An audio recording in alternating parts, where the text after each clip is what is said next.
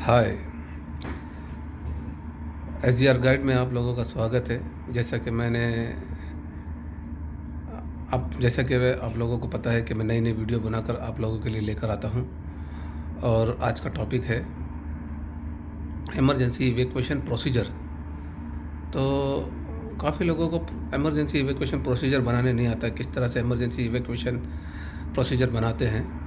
तो आज मैं इस टॉपिक में बताने की कोशिश कर रहा हूं कि भाई आप लोग इसको पढ़िए, देखिए। मैंने ट्रांसलेट कर दिया है। जैसे आप लोगों को मालूम है कि मैं ट्रांसलेट भी कर देता हूँ हिंदी में, तो ठीक है ना। और साथ ही साथ आगे बढ़ेंगे अभी, ठीक है, अपने टॉपिक की तरफ। चलिए बिना वक्त ज़ाया करे हम लोग अपने टॉपिक पे चलते हैं। सबसे पहला पॉइंट है स्कोप। स्कोप में लिखना है,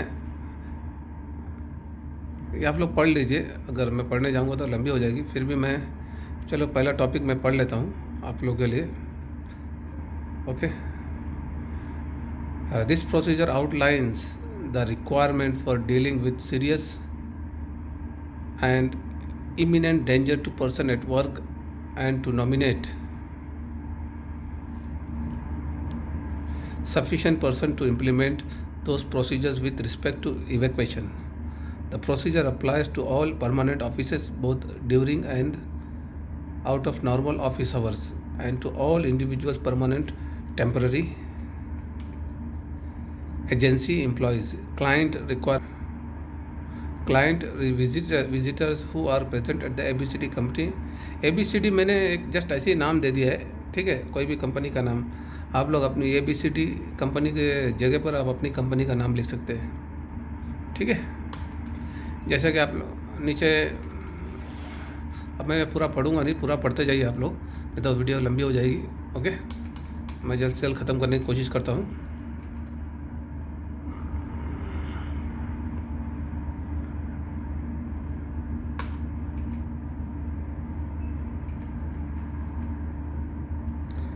तो ये वेरी इंपॉर्टेंट पॉइंट है। All references to the terms OHS manager यानी occupational health and safety manager और engineer, okay, shall mean either directly employed safety manager, engineer और other professional to the industry. पढ़ते जाइए आप लोग, ठीक है।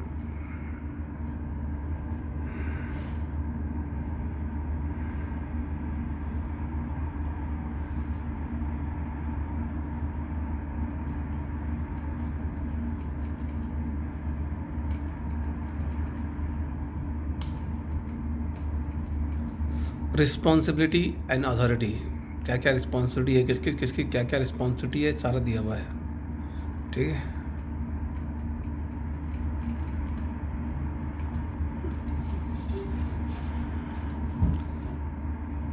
इवैक्यूएशन वार्डन यानी जो जो emergency at the time of emergency कौन लोग असिस्ट करेंगे, वो कोऑर्डिनेट एक दूसरे से करेंगे, ठीक है।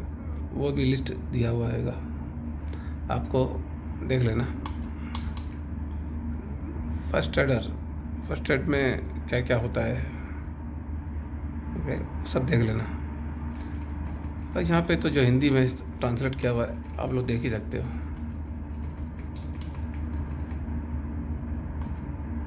क्या डेफिनेशन, फायर सेफ्टी वार्डन,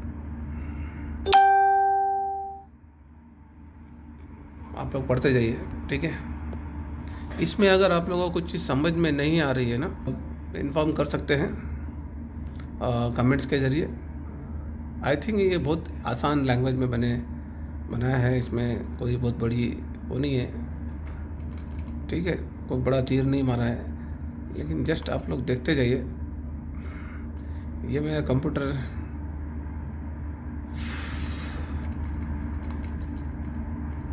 ये सारा मैंने हिंदी में ट्रांसलेट कर दिया है, बहुत इजी हो गया आप लोग के लिए।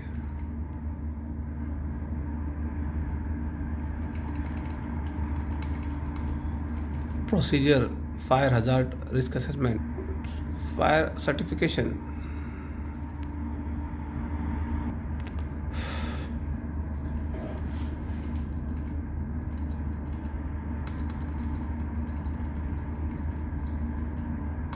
मैं फ़ास्ट भगाने की कोशिश कर रहा हूँ कि जल्दी जल्दी वीडियो ख़त्म हो, आप लोग आराम से देख लेना, ठीक है।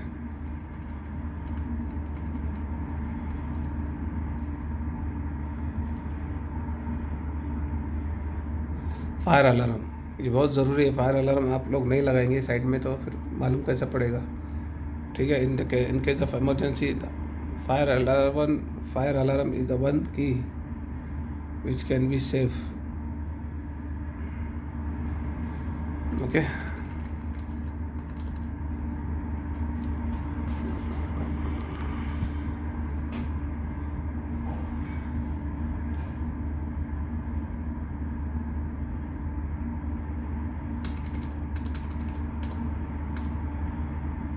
फायर डिटेक्शन,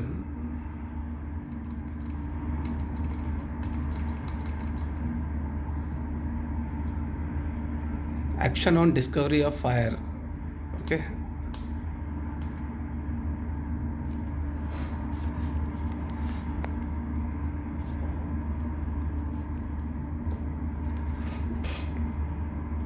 जब भी अगर कोई फायर वगैरह हो जाए तो आप लोग फायर फायर करके चिल्लाया करो, ठीक है। और कॉल भी करो उसी टाइम, तो ये फिर अलर्ट हो जाएगा, ओके। इमरजेंसी एग्ज़िट रूट हमेशा यानी प्रॉपर तरीके से एक्सेस होना चाहिए।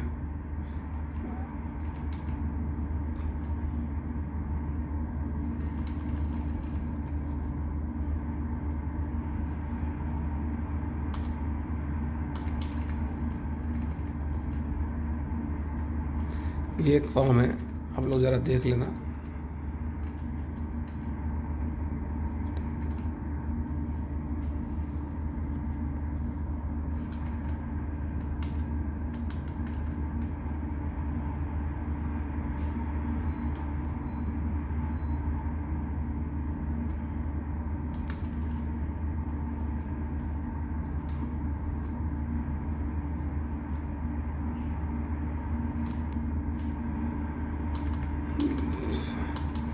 हिंदी का तो मैं ट्रांसलेट कर दिया हूँ, तो मुझे इतना समझाने की ज़रूरत नहीं है।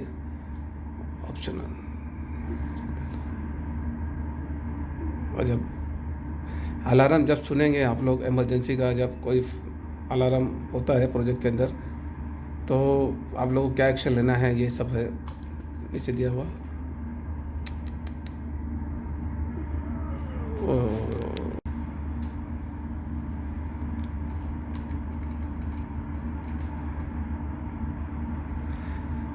तो सभी लोग मतलब अपनी अपनी जो ऑफिसें हैं, जहाँ जहाँ लोग बैठे हुए हैं, जैसे ही अलार्म बजता है तो इवैक्यूएशन, जब भी कोई आग वगैरह लगे तो इमरजेंसी इवैक्यूएट हो जाना चाहिए। असेंबली पॉइंट हर जगह पे बनी होगी, साइट ऑफिस हो या फील्ड ऑफिस हो या कंस्ट्रक्शन साइट हो या प्रोजेक्ट में हो, जहाँ पे भी हो, हर एक जगह पर आप लोगों को असेंबली पॉइंट बनाना पड़ेगा। उसको इसमें प्रोसीजर में शो करना पड़ेगा कि भाई यहाँ असेंबली पॉइंट में चले जाएंगे लोग, इस तरह से ये लिखा हुआ है यहाँ पर, ये प्रोसीजर है मतलब, ठीक है। तो फिर आगे क्या स्टेप लेंगे? Staff shall follow the fire evacuation wardens instruction who will take charge of the evacuation.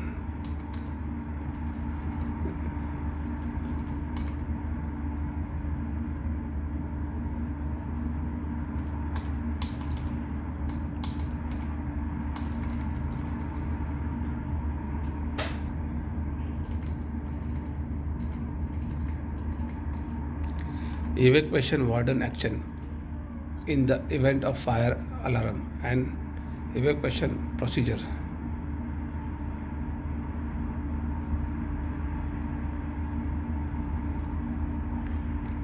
Title से तो आपको, हेडिंग से तो मालूम ही पड़ गया होगा ना जो कि क्या बोलना चाह रहा है, किस तरह से प्रोसीजर होता है, जब टीम क्या करती है। फिर evacuation warden should make themselves aware of their area of control as per the posted emergency plans. In the event of a continued alarm sounding and without undue delay to themselves, they shall in their respective areas.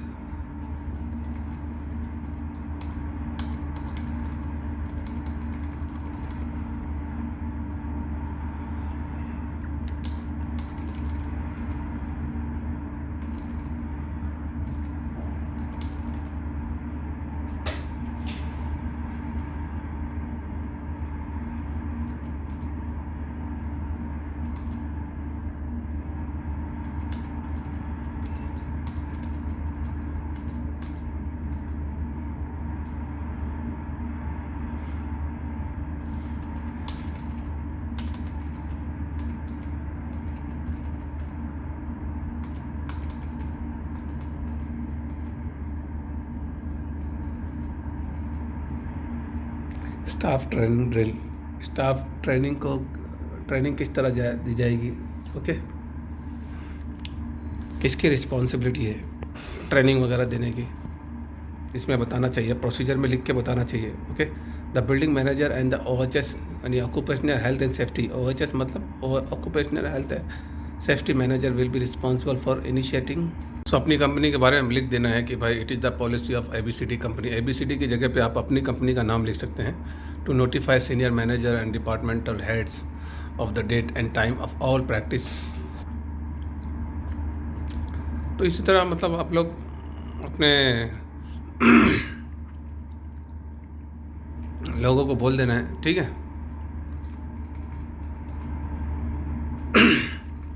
Hindi में translate कर दिया है, देख ले आप। Fire in lift और lift shaft.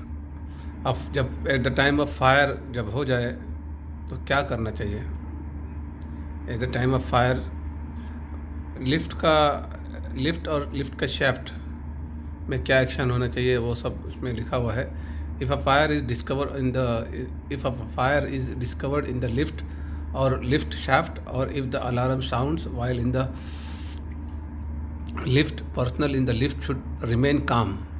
Use the floor selector button to stop the lift at the next floor. Wait until the lift door fully open, exit and lift, then exit the building as described above. ठीक है ना। जब भी fire कहीं भी हो तो अगर लिफ्ट में जा रहे हैं तो इमीडिएटली रुक जाए और स्टेयरकेस को इस्तेमाल करें जाने के लिए, ठीक है। तो घबराइए नहीं, कूल हो जाए।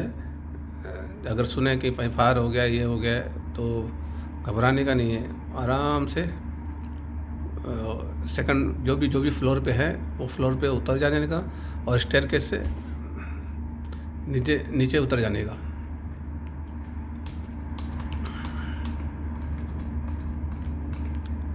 Action in the event of lift failure, okay. या अगर लिफ्ट फेल हो जाए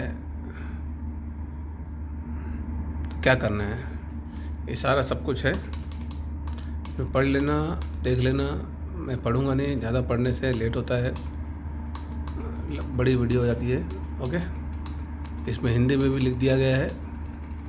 इसमें अगर कुछ बेझिझक आप लोग कमेंट के अंदर लिख सकते हैं। दूसरी बात है कि अगर वीडियो अच्छी लगे भाई लोग सब्सक्राइब कर देना, लाइक कर देना, क्योंकि वीडियो को बनाने में बहुत टाइम लगता है मेरे भाई, समझ गए। ये ऑलरेडी अगर मैं प्रिपेयर ना करूं और डायरेक्ट लिखने बैठूं एक एक चीज़ तो ये अब 4-4 घंटे की वीडियो हो जाएगी। तो ये ऑलरेडी लिख कर उसके बाद मैं वीडियो बना रहा हूँ, समझ गए। अगर आप लोगों को कुछ सीखना है तो आप लोग हमारे साथ बने रहिए। और एक बात और, आप लोगों को अगर नई नई वीडियो देखना है, प्रैक्टिकल लाइव वीडियो देखना है, तो मेरे डिस्क्रिप्शन बॉक्स में जाइए, लिंक पर क्लिक करिए, आपको काफ़ी वीडियो मिल जाएगी, प्रैक्टिकल वीडियो भी मिल जाएगी, ठीक है।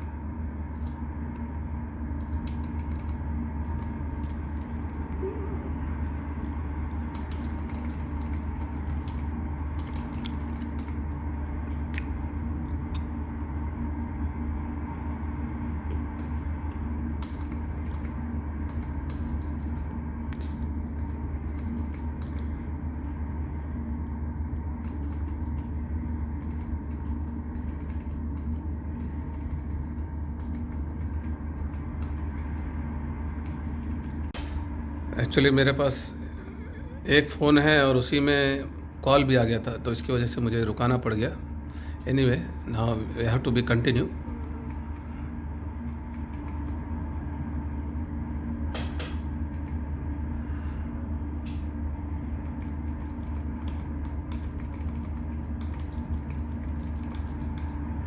Okay, business continuity and public relation.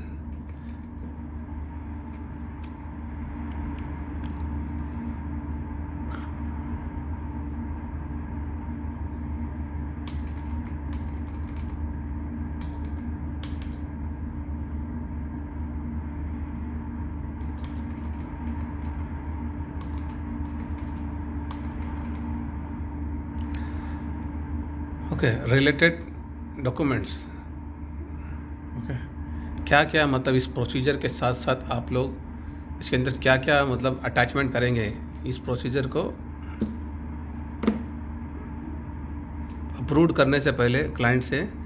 इस प्रोसीजर के साथ साथ ये 4 चीज़ें जो होनी चाहिए, अटैच होने चाहिए। Okay, fire extinguisher inspection, fire risk assessment, fire drill record, fire action notice, fire safety checklist form. यानी फायर ड्रिल रिकॉर्ड यानी कितनी बार आप लोग ने, अब एक प्रोजेक्ट चल रहा है तो जाहिर सी बात है आप लोग के पास रिकॉर्ड होगा कि fire emergency evacuation drill site में हो रहा था, उसका record with the document we have to be attach with this procedure. Okay, ये चारों चीज़ें, इसके ऊपर भी मैं वीडियो बनाऊंगा बाद में, फायर एक्सटिंग्विशर इंस्पेक्शन में और फायर रिस्क असेसमेंट और fire drill record, fire action notice, fire safety checklist, ये सब मैं बाद में वीडियो बनाऊंगा कि किस तरह से इसको बनाना है, कैसे करना है। ठीक है, चलिए फिर इसी के साथ सेफ्टी मैनुअल। ओके, तो ये सब अभी इधर ट्रांसलेट दे दिया गया है। चलिए इसी के साथ इजाज़त दीजिए। ये अगर वीडियो अच्छी लगे तो लाइक कर देना, सब्सक्राइब कर देना। ओके, और फिर मिलेंगे नई वीडियो के साथ। Thank you very much.